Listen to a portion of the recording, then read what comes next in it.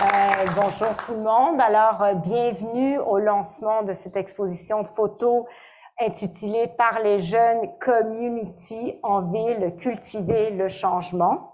Après un an de travail, ça fait un an qu'on travaille ensemble, on a passé un été avec certains d'entre vous peut-être, on a fait les quartiers, il faisait chaud, je me souviens ça, on faisait à vélo parce que les 6 quartiers, là, c'est loin, rejoindre tous les quartiers. On a travaillé toute l'année avec le groupe ici qui va vous présenter le résultat de leur analyse des photos qui ont été prises durant le projet d'été. Je suis très heureuse d'être ici avec mon collègue Juan Torres, avec qui je collabore. On collabore depuis 15 ans, donc de l'Université de Montréal et de la Faculté d'aménagement. 15 ans, peut-être un petit peu moins, mais un peu moins. À peu près ça. Et c'est toujours autour des projets comme celui-ci de créer des espaces pour que les jeunes aient leur voix, pour créer une interface entre la recherche, le milieu communautaire et de travailler avec Sévère et aussi un grand plaisir. Je pense que ça fait depuis 2017 qu'on a travaillé sur plusieurs projets.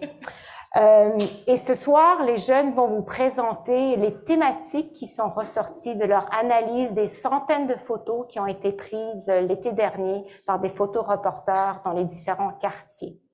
Ce projet Grandir, le projet aujourd'hui fait partie, peut-être l'autre diapo, juste pour vous situer qu'il y a le projet Grandir avec la ville à Montréal, mais il fait aussi partie d'une initiative internationale qui s'appelle Growing Up in Cities, qui depuis les années 1970, une relance en 1990 et encore aujourd'hui, se penche sur l'importance d'impliquer les jeunes, de leur donner la voix et une place pour qu'ils fassent partie de décider comment ils veulent que leur milieu de vie se dessine et les programmes qui rendent compte de leurs besoins.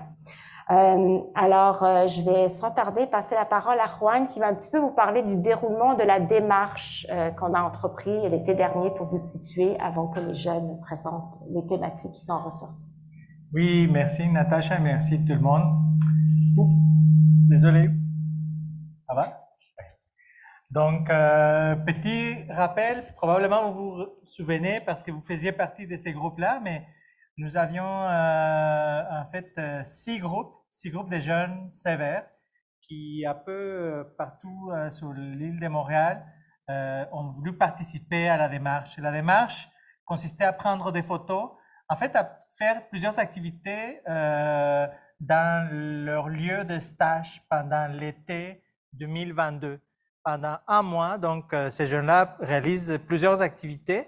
Parmi les activités, nous, on a proposé celle de prendre des photos sur ce qui change dans la ville, sur les choses qui changent dans la ville, dans Montréal, dans leur quartier, puis la façon dont ces changements leur conviennent ou non, la façon dont ces changements sont à leur image ou non, si ça change pour le mieux ou pour le pire, puis aussi comment eux-mêmes ils changent à travers le processus d'engagement des sévères. Donc, les photos sont super belles. Il y en a, comme Natacha le mentionnait, 120 photos. Puis, il n'y a pas uniquement des photos, il y a aussi plusieurs outils, par exemple des carnets des photographes. Donc, on a invité tous les jeunes à suivre un registre avec les lieux et la place où les photos étaient prises. On a inventé des titres pour chaque photo. Donc, la diapo suivante montre un petit peu tous ces outils qu'on a mis en place. On travaillait sur des cartes également. On travaillait avec beaucoup de post-it pour un peu identifier dans ces changements, qu'est-ce qu'il peut y avoir de commun dans les perceptions des jeunes? Qu'est-ce que les jeunes trouvaient ensemble comme un changement positif ou négatif? Et donc, ça donnait lieu à 120 photos qu'un groupe que vous avez ici devant, plus une personne, je pense, qui nous manque, a pris en charge. Donc, ces groupes-là, avec Sandrine Géroula qui est ici aussi, ils ont travaillé pendant plusieurs mois.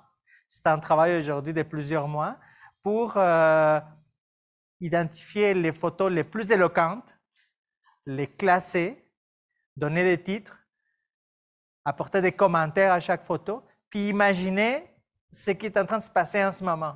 Vous vous rappelez peut-être au début, dans nos premières rencontres, on brainstormait. Ça serait quoi pour vous? Une expo chouette. Et la réponse est un peu ça. Ce qu'on est en train de vivre ensemble en ce moment. Donc, c'est avec nos amis, avec plus que des photos, avec la bouffe, et aussi avec beaucoup de fun ensemble. Donc, je ne sais pas s'il y avait encore une photo pour présenter voilà, le nom de tous les membres de cette équipe géniale hein, qui s'est réunie à plusieurs reprises pour préparer cette exposition. Une exposition qui d'ailleurs aujourd'hui est lancée, mais va se poursuivre à différents endroits. Donc, restez à l'affût pour voir les photos affichées dans plusieurs endroits de Montréal. Donc, voilà pour mon côté. Je sais, vous avez vraiment tous et toutes hâte d'entendre les jeunes vous parler des photos.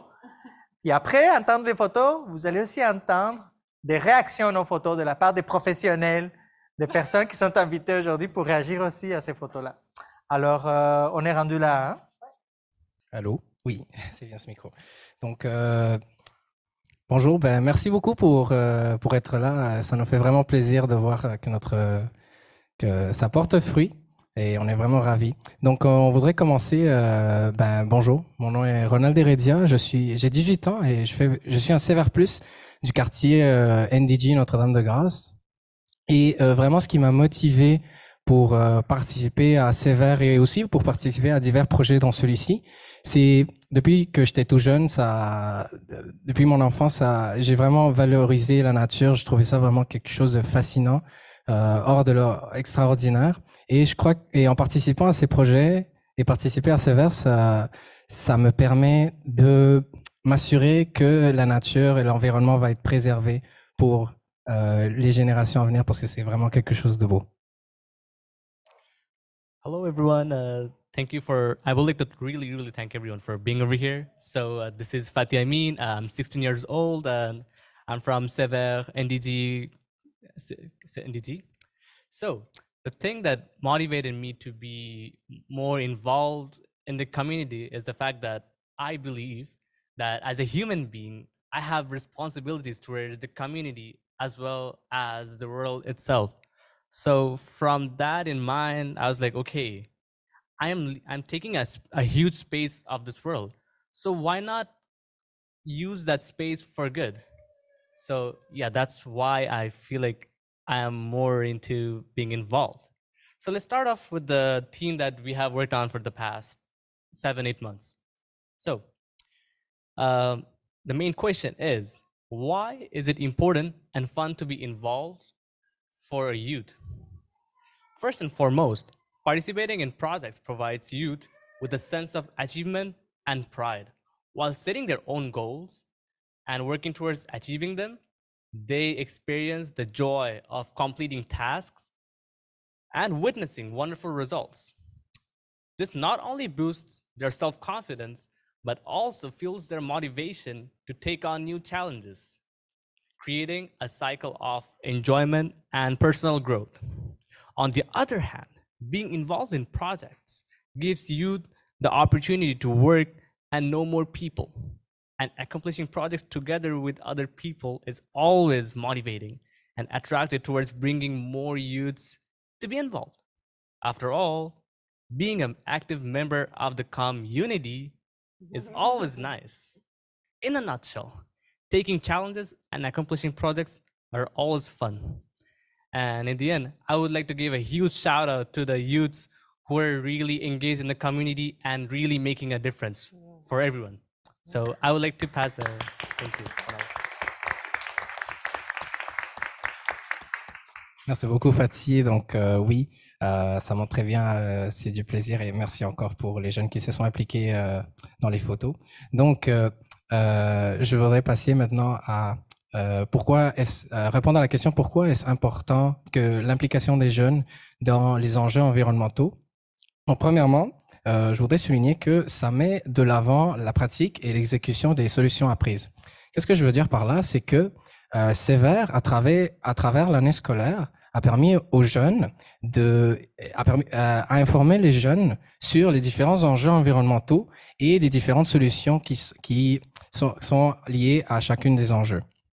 Là où ça devient intéressant, c'est que Sévère, vers la fin de l'année, permet aux jeunes d'avoir un stage d'été qui leur permet de réfléchir et de mettre l'accent sur une des solutions, sur une des enjeux qu'ils veulent travailler et de passer à l'action, de penser à un projet, de se fixer un objectif et de passer à l'action. Donc, comme dans une des photos que vous pouvez voir, il y a différents jeunes qui ont, par exemple, l'image à l'extrémité à gauche, on voit qu'il y a des jeunes qui sont en train de construire une plate-bande surélevée. Ensuite, je voudrais passer que le deuxième point, c'est que ça permet aussi aux jeunes d'avoir une idée de comment exécuter un projet. Parce que effectivement, il y a aussi une photo qui est celle à droite, à l'extrémité. Au milieu, on voit les jeunes qui sont en train de travailler, de faire un remue-ménage sur le projet qu'ils veulent mettre de l'avant pendant cet été. Et donc, Sévère, à travers le stage, ça leur montre la démarche à suivre, comme faire le remue-ménage. Ensuite, quel objectif veulent-ils se fixer? Et même, on fait une rétroaction après qu'ils font ces projets-là.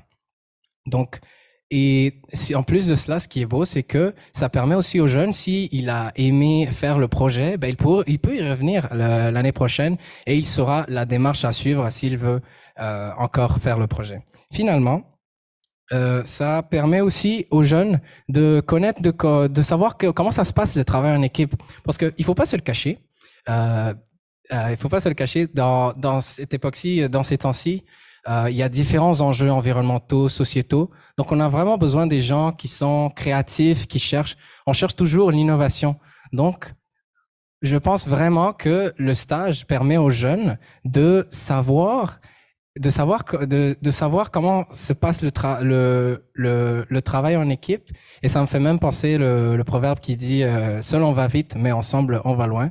Donc, ça permet aussi aux jeunes de savoir différents points de vue et de façonner leur vision sur un enjeu en particulier. Donc, sur ce, je voudrais passer la parole à Lindsay May et à Amanda. Merci beaucoup.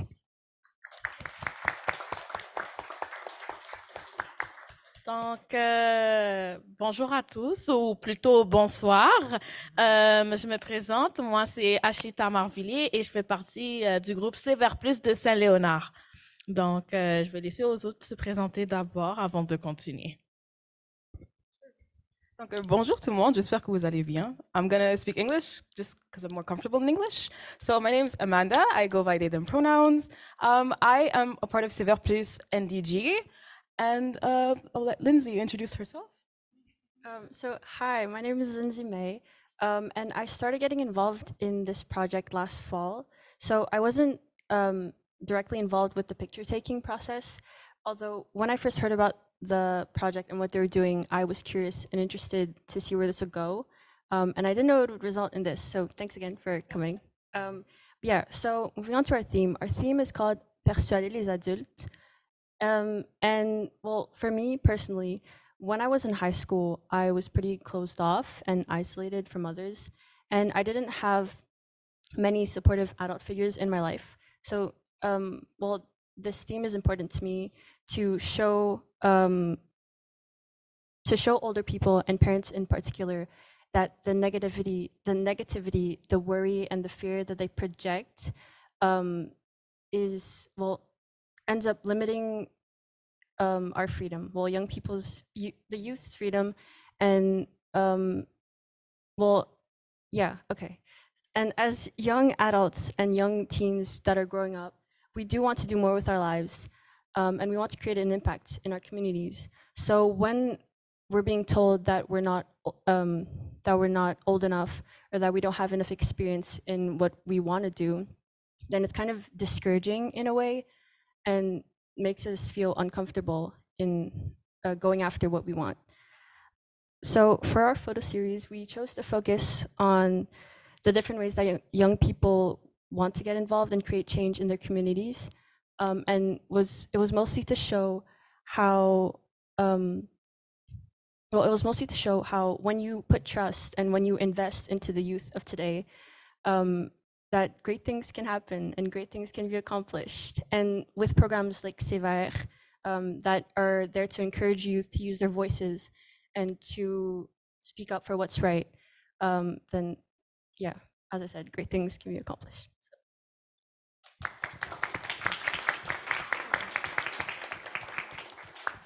So just as my lovely teammate has mentioned, I too actually was very timid and joined Sever mainly to make friends. But one of the main things, well, I'll get to that. But throughout it, I realized that there was actually an environmental issue. And I was a wide eye-opener to find out this specifically through Sever. So I feel like as adults or as other general parents should encourage their kids, not only just invest in them, but encourage them to participate, because you don't know about the issues until you're presented with them. And through Sever, I was presented with these issues that now I am passionate in defending and trying to educate others about. So I would like to pass the mic to Ashley, who will tell us, you guys, about the lovely pictures that we have in front of us.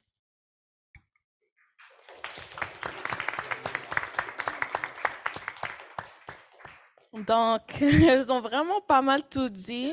Donc, c'est à peu près la même chose pour moi. Donc, alors, je vais juste aller commencer les photos.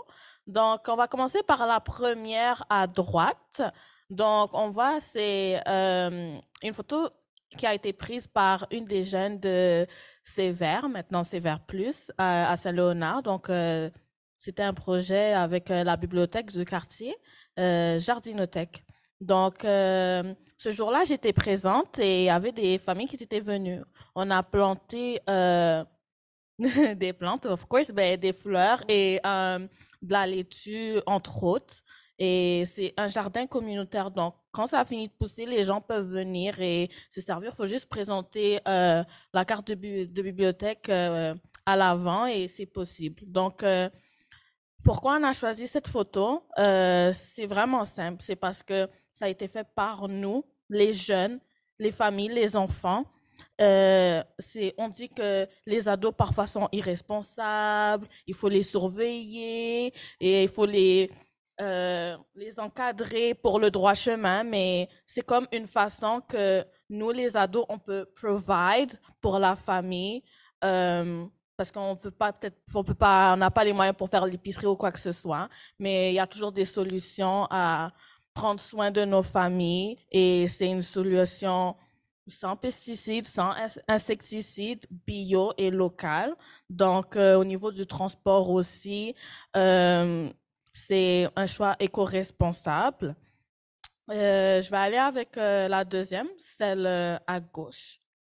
Donc, on voit des jeunes en train de peinturer une porte de garage, si je ne me trompe pas. Donc, ça, c'est un des projets Sever qui fait partie du stage, faire une murale. Et je ne me souviens pas trop, ça, c'est quel quartier, mais on l'a choisi en gros parce que ça prouve que les jeunes débordent de créativité. C'est impressionnant qu'est-ce que les jeunes peuvent faire quand on les laisse faire. Et ça revient toujours super beau et ça rajoute à la maison, parce que c'est une porte de garage, si je ne me trompe pas encore une fois, ça rajoute quelque chose de l'art. Puis on voit que peut-être ils ont une carrière dans ça, donc ils peuvent s'exprimer aussi à travers cet art-là et pratiquement se défouler pour certains, laisser sortir leurs émotions, les émotions qu'ils ont été enfermés à l'intérieur d'eux parce qu'on dit oh les ados, sinon on les comprend pas en tant que tels. Alors en plus c'est un travail d'équipe, donc moi je trouve que c'était une jolie photo qui a un beau message derrière aussi. Je vais aller avec la troisième. Donc je pense qu'ils sont en train de... J'ai pas mes lunettes, désolée. Donc si je me trompe pas, ils sont du jardinage, ok. Donc pour le jardinage, ben c'est aussi une façon d'être éco-responsable, du travail d'équipe, parce que quand on dit « Oh, je vais sortir avec mes amis », on peut penser « Tu vas aller où avec tes amis? Qu'est-ce que tu vas faire dehors avec tes amis? » Et même, ça c'est plus au niveau des parents, mais parfois les adultes, quand ils voient un groupe d'ados, parfois ils commencent « Qu'est-ce qu'ils font dehors? » Mais on n'est pas toujours les méchants, parfois on fait de bonnes choses. Aussi, ça peut être un peu, c'est comme un peu interrelié avec la première image, la première photo. Donc, on voit que c'est aussi un travail d'équipe, ils s'entraident, ils ont la main dans la terre, littéralement. Ils travaillent, puis c'est une façon de travailler, devenir aussi responsable. Il y a une certaine indépendance. Peut-être il y a un adulte qui supervise, mais ils apprennent aussi qu'est-ce qui peut être planté à quelle saison, à quel moment, comment il faut entretenir les plantes. Donc, moi, je trouve que c'est comme le knowledge qu'on acquérit aussi de cette façon-là. Parfois qu'on ne fait pas nécessairement à l'école. Puis je sais qu'il y a beaucoup qui aiment jardiner, qui aiment les fleurs, qui aiment les plantes. Alors, comment s'occuper de ces plantes-là, justement? Et moi, je trouve que c'est vraiment intéressant à ce niveau-là. Je ne sais pas si tu voulais continuer ou je peux continuer. OK. Donc, je vais continuer. Donc là, une autre photo, la 4e, on voit les jeunes, je pense du groupe Saint-Michel. Donc voilà, oui. On la voit sur la photo. Donc, ils sont en ligne, en vélo. C'est aussi au stage sévère, on apprend à faire du vélo pour ceux qui ne savaient pas déjà en faire. Et c'est vraiment un travail d'équipe encore. Donc, ça revient toujours au travail d'équipe. Donc, sur la photo, on voit qu'en fait, ils sont en ligne. Puis, vraiment, on l'a pris parce qu'on voulait montrer des vélos, des gens dehors. Alors, là, on s'est dit, en ligne, c'est parfait. C'est comme, quand on est dehors, les jeunes peuvent être sécuritaires aussi. Donc, persuader les adultes, ça revient à on est capable de se débrouiller dehors, on est capable de respecter les règles de sécurité dans la rue et on est capable de se déplacer sans avoir besoin de demander « Maman, papa, est-ce que tu peux me faire un lift? » Donc, à ce niveau-là, c'était pour cette raison-là. Puis en plus, tout le monde a leur casque. Tout le monde est ensemble, regroupé, personne n'est bien loin. Donc, c'est comme on prend soin de chacun. Donc, c'était plus à ce niveau-là aussi qu'on l'avait choisi, que on peut être responsable dehors, on est sécuritaire, tout le monde est en groupe, regroupé dans la rue. Surtout, on sait, parfois, ça arrive des accidents en vélo. Donc, à ce moment-là, on est tous ensemble. S'il y a quelqu'un qui est plus lent, on va l'attendre aussi, toujours sur le coin, près du trottoir, et pas au plein milieu de la rue. Donc, c'était plus à ce niveau-là qu'on peut être sécuritaire aussi dans les rues. Et la dernière, finalement, c'était un groupe qui cuisinait. Donc, qu'est-ce que je pourrais dire dessus? On apprend à cuisiner. Souvent, parfois, on sait que nos parents, ils cuisinent pour nous, ils provide pour la famille. Donc, à ce niveau-là, c'est comme on apprend à cuisiner aussi. Parce que on est les adultes de demain. Donc, à un moment, il y a des trucs qu'on n'apprend plus à l'école, malheureusement, et qui sont nécessaires dans la vie. Donc, ce serait plus à ce niveau-là qu'on avait choisi, qu'on est capable aussi de prendre des gros couteaux à la maison, laver la vaisselle. Je regarde ma mère là quand je dis ça. Et que en fait, on est capable de faire quelque chose qui a du goût aussi, qu'on est capable de faire quelque chose à manger pour la famille, peut-être une petite surprise, qu'on retourne à la maison après une longue journée de travail, surtout pour les parents. Ça peut faire plaisir de voir un petit truc à manger. Et c'est un travail d'équipe. On collabore ensemble. Donc, persuader les adultes, ça revient. Avant, c'était persuader les parents, mais on a choisi persuader les adultes parce que nous, les jeunes, il faut savoir que on est les adultes de demain et parfois, il y en a certains qui ont une image de nous, on peut dire carrément horrible, mais c'est que on est capable et on va être vous demain. Donc, on a cette responsabilité aussi et on veut vous le prouver qu'on est autant responsable et on est capable de faire des merveilleuses choses si vous nous laissez. Donc, merci de m'avoir écouté.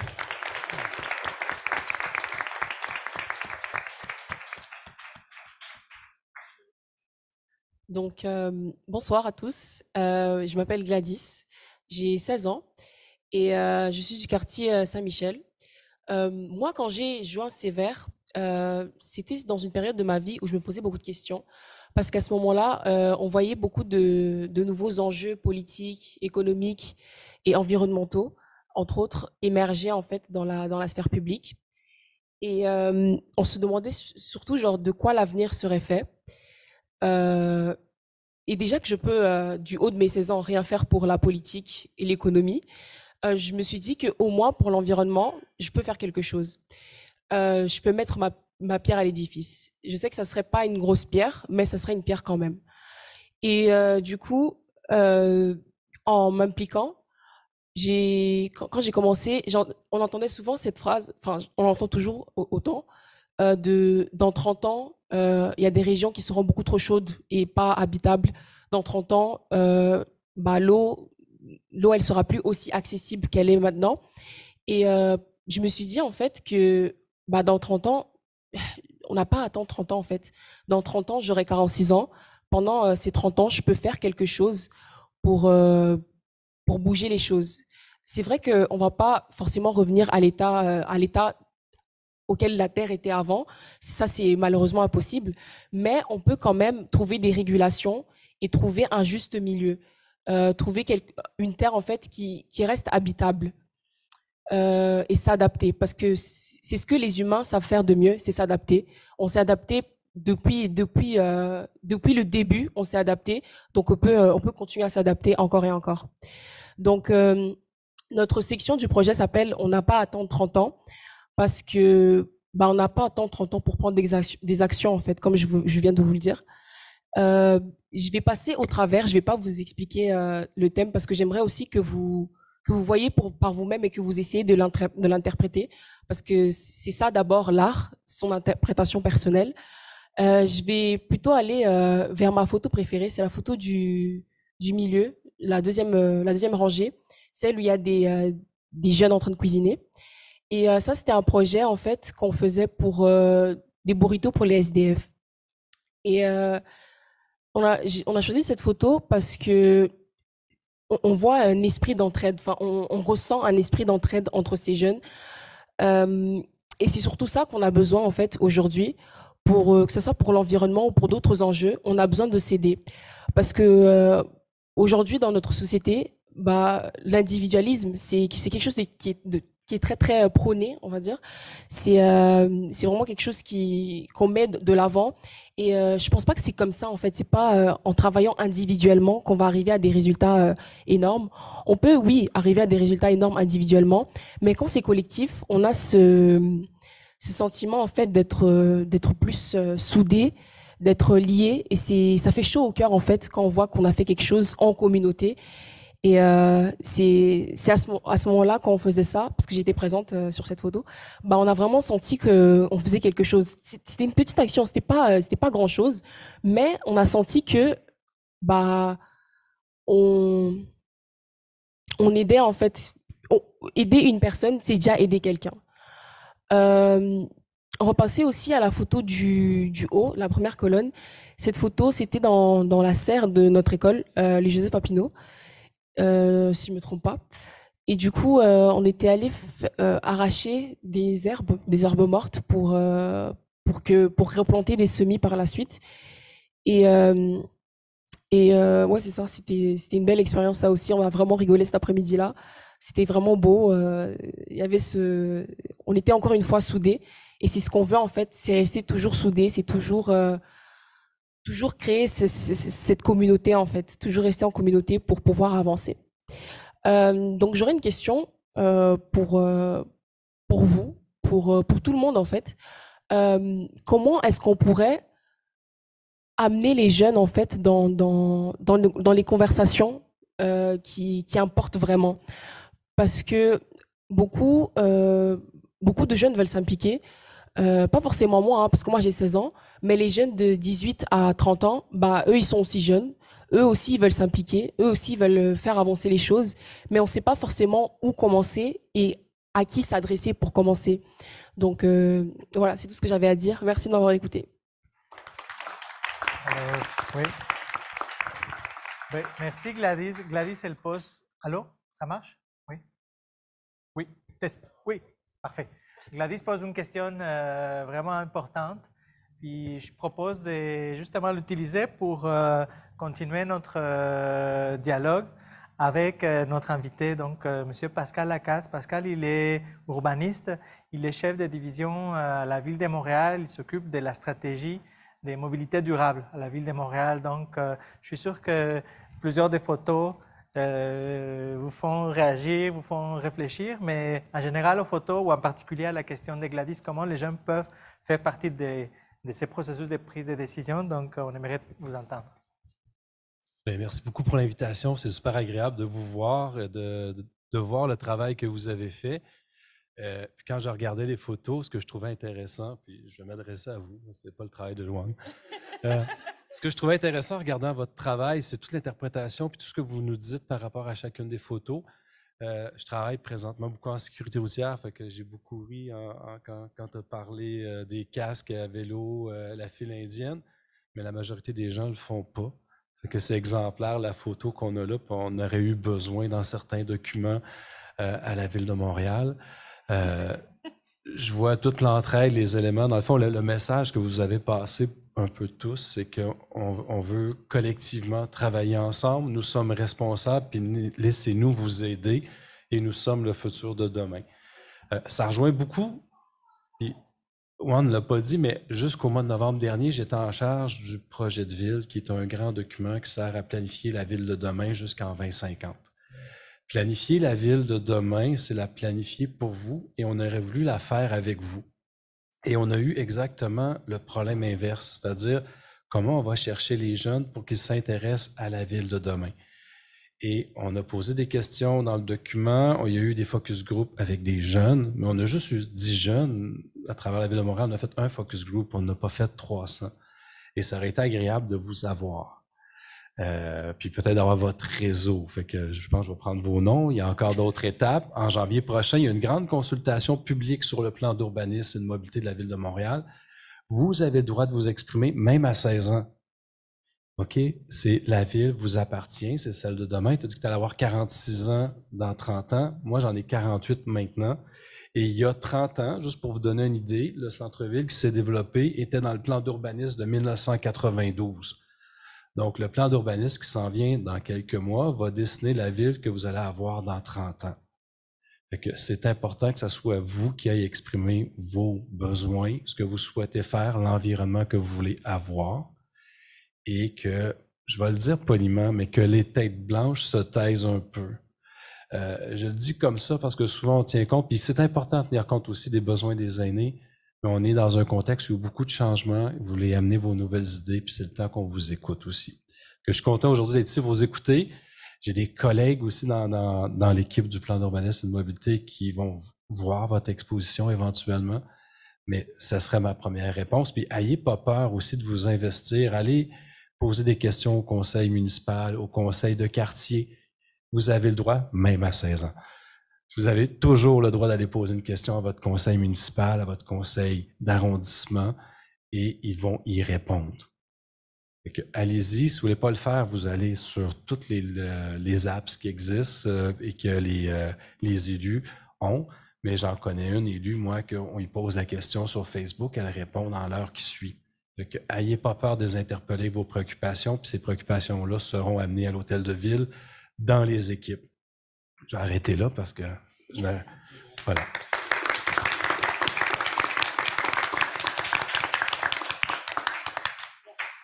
Alors, des éléments très concrets pour la suite. Alors, on va après continuer la conversation. Utilise le... Oui, c'est mieux. OK, c'est bon. Alors, oui, merci beaucoup pour des éléments très concrets. On pourra par la suite faire un suivi. Hein. Moi, je passerai la parole maintenant à Marie-Ève Paquin, qui est coordonnatrice du projet Sévère. On a entendu tellement de belles choses, des témoignages, mais avec tout ce que vous avez entendu aujourd'hui, comment ça va informer la suite de Sévère? Peut-être avant de parler de ce que la suite, je voulais juste... je suis vraiment très, très impressionnée et émue de voir ce travail-là que vous avez fait. Non seulement de tout le choix, l'interprétation, de trouver vraiment les mots qui vont nous interpeller aussi, puis les thèmes qui vont nous faire réagir. Puis puis le travail aussi qui a été fait par les groupes l'été dernier. Donc, de voir l'aboutissement de ce projet-là, c'est vraiment touchant, puis c'est vraiment... en tout cas, moi, ça m'interpelle beaucoup. En tout cas, je voulais juste déjà vous dire bravo. Puis, le message de la communauté, il est fort, surtout aujourd'hui, je trouve. Puis je pense, bon, le programme Sévère, vous savez, c'est un programme de groupe, hein? C'est ça qu'on fait.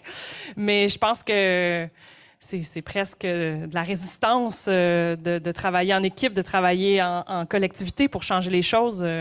C'est pas nécessairement vers ça que la société nous mène. Donc, de voir aussi que c'est ce que vous portez. Non seulement vous l'avez fait à Sévère, mais maintenant, c'est le message que vous portez puis que l'invitation que vous nous donnez de collectivement se rassembler pour changer les choses. C'est ça me touche beaucoup.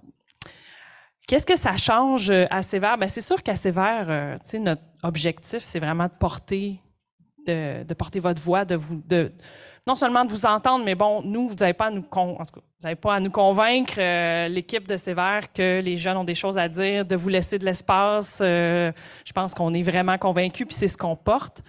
Mais cette idée de multiplier les espaces où on peut vous entendre, où, tu sais, justement, Gladys, tu dis, mais où on peut entendre notre voix, je trouve ça vraiment intéressant parce que je me dis, ben, on a encore du travail à faire, tu sais. On est en réflexion en ce moment sur le programme Sévère Plus, donc la suite de Sévère. Il y a une première année de Sévère, puis quand on a fait une année, vous le savez, ceux qui sont là, il y a beaucoup de Sévère et de Sévère Plus, mais on peut continuer à Sévère Plus. Puis une de nos réflexions, c'est justement de dire, mais comment on peut amplifier comment on peut travailler sur l'espace d'influence, tu sais. Il y a les projets concrets, les choses très, très, très... On plante des arbres, on plante des plantes, on fait vraiment des choses avec des résultats qu'on peut observer. Mais comment aussi on peut vous donner plus d'espace pour vous faire entendre dans l'espace public, justement d'amplifier vos voix parce que c'est trop, trop important. C'est pas possible que les adultes vous donnent la responsabilité de changer la ville, alors que ce qui se passe, la ville ou le monde, alors que ce qui se passe, c'est pas vous qui l'avez causé, vous n'êtes pas responsable. Vous parliez de votre sentiment de responsabilité, je trouve ça extraordinaire que vous portiez cette responsabilité-là, alors que quelque part, c'est pas de votre faute. Donc, je sais pas, là, je me suis perdue en cours de route dans mon... Mais bref, ce que moi je souhaite, puis on a fait, ce que je souhaite, c'est vraiment qu'on multiplie les endroits où on peut entendre vos messages dans l'espace public. Puis je pense que Ronald a fait partie, puis Lindsay May ont fait partie d'un comité où on essaie de réfléchir à Sévère Plus, puis au développement de Sévère Plus. Puis grâce à des idées que vous avez amenées aussi, ben c'est vraiment notre souhait de développer ce volet-là un peu plus pour que vos voix soient entendues. Puis aussi développer d'autres projets sévères ailleurs, à Montréal, mais aussi ailleurs, au Québec ou peut-être même ailleurs.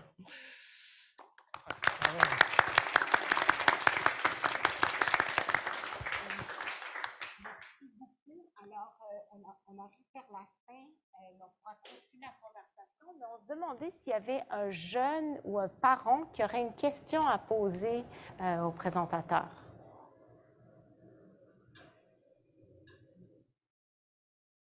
Ça peut être un parent jeune? Oui. Ou un commentaire. Est-ce qu'il y a quelqu'un?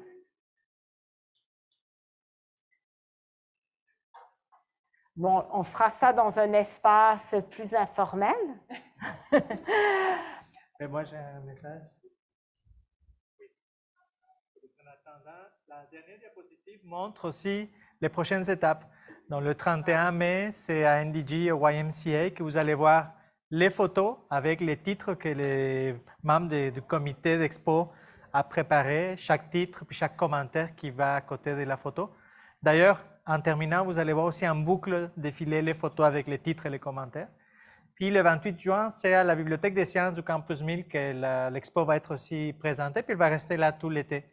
Donc, vous allez pouvoir revenir, visiter avec d'autres amis, d'autres personnes l'exposition. Est-ce que ça donnait le temps, une idée, une question de se former?